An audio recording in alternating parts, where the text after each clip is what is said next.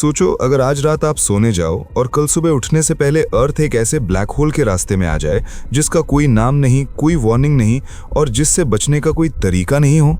क्या आपको पता भी चलेगा कि एंड आ चुका है? ब्रेकिंग न्यूज अभी कंफर्म किया है कि अर्थ एक रोग ब्लैक होल के इन्फ्लुएंस में एंटर हो चुकी है। ये ब्लैक होल किसी गैलेक्सी का हिस्सा नहीं है, ना किसी स्टार के साथ बंधा हुआ, बस अंधेरे में भटकता हुआ और अब सीधा हमारी तरफ मूव कर रहा है।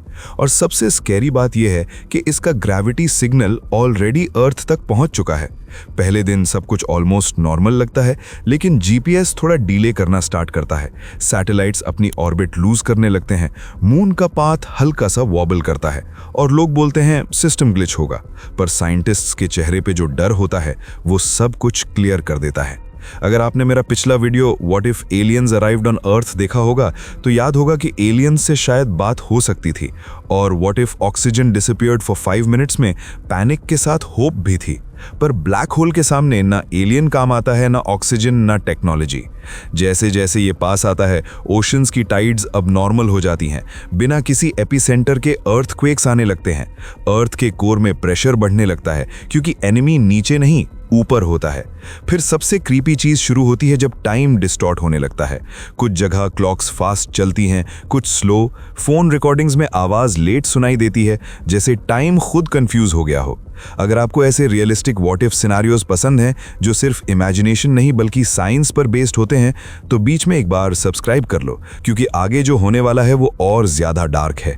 रात का आसमान नॉर्मल नहीं लगता, स्टार्स स्ट्रेच होने लगते हैं और एक जगह बिल्कुल ब्लैक पैच दिखता है जहां कोई लाइट नहीं होती।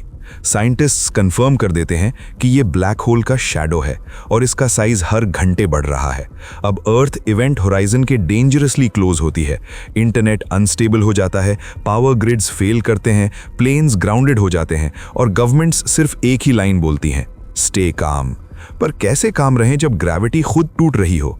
जैसे ही अर्थ और पास जाती है, माउंटेन्स स्ट्रेच होने लगते हैं, ओशंस एक ही डायरेक्शन में खिंचने लगते हैं। इंसान को लगता है बॉडी भारी हो रही है और पैर जमीन में धंस रहे हैं। इस प्रोसेस को साइंस स्पेगेटिफिकेशन बोलती है।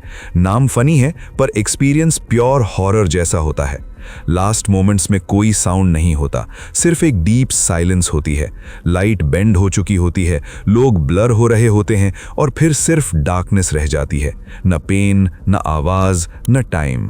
और सबसे स्कैरी बात यह है कि हम कभी नहीं जान पाएंगे कि ब्लैक होल के अंदर क्या होता है। शायद कोई नया यूनिवर्स, शायद कुछ भी नहीं। अगर आपको ये वीडियो पसंद आई हो तो लाइक करो, सब्सक्राइब करो और कमेंट में बताओ नेक्स्ट व्हाट इफ किस पे चाहिए, क्योंकि याद रखो व्हाट इफ्स सिर्फ स्टोरीज नहीं होते, कभी कभी वार्निंग्स भी होते हैं।